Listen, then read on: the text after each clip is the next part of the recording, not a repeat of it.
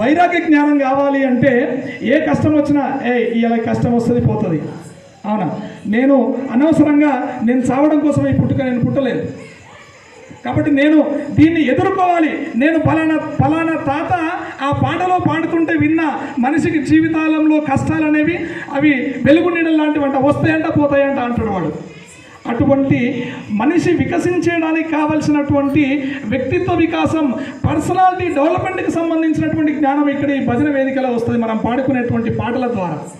కాబట్టి అంత గొప్పదైనటువంటి ఈ భజన మనిషిని ఇంత గొప్ప సంస్కారవంతునిగా తీర్చిదిద్దేటువంటి ఈ వేదిక చాలా చోట్ల ఈ తబలలు తాళాలు మూతబడిపోయినాయి.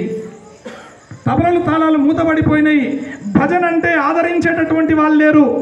ఇప్పుడు ఇక్కడ కూర్చున్నటువంటి కొంతమంది పెద్ద మనుషులు ఒక 60 ఏళ్ళ వాళ్ళు, 55 ఏళ్ళ వాళ్ళు, 70 ఏళ్ళ వాళ్ళు దాటిపోతే ఇది మంచి మార్గం రా అని మనకు చెప్పేటువంటి నాథుడే లేకుండా పోయేటువంటి ప్రమాదం ఉన్నది.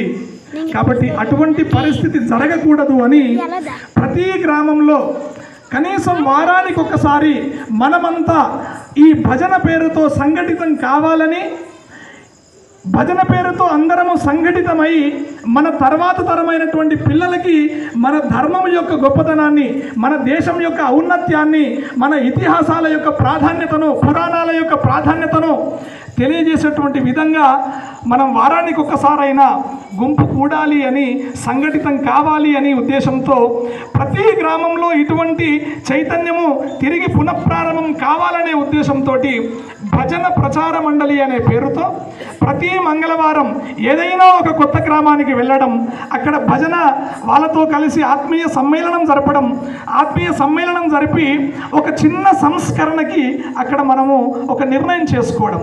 ఏమిటి సంస్కరణ అంటే, మనము మన ఇంట్లో ఉన్నటువంటి పిల్లల్ని తీసుకొని కనీసం వారంలో ఒక్కరోజు 1 గంట సేపు 2 గంటల సేపు మనం దేవాలయంలో మనం కాలక్షేపం చేయాలి.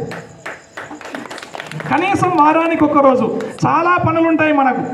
భగవంతుడు రోజుకి 24 గంటలు ఇచ్చిండు, వారంకి 7 రోజులు ఇచ్చిండు. ఈ 24 గంటలు 7 రోజులు మిగతావన్నీ మనమే. కానీ ఒక్కరోజు వస్తున్నాం గుడికి, కాదనట్లేదు, మన ఇష్టం వచ్చిన సందర్భంలో వస్తున్నాం, భగవంతుడికి నమస్కారం చేసుకుంటున్నాం, వెళ్ళిపోతున్నాం. కానీ అందరము ఎప్పుడూ ఒకచోట గుంపు కూడడం లేదు, మనం సంఘటితం కావడం లేదు. ఇదే ఇక్కడ మనం ప్రస్తావించకూడనటువంటి విషయమే నేను చెప్తున్నాను. అన్య మతస్థులు వాళ్ళ ప్రార్థనా స్థలాలని కేవలం ప్రార్థనా స్థలాలు కాకుండా వాటిని కార్యశాలలు చేసుకున్నారు. వాళ్ళకి అవి ఆఫీసెస్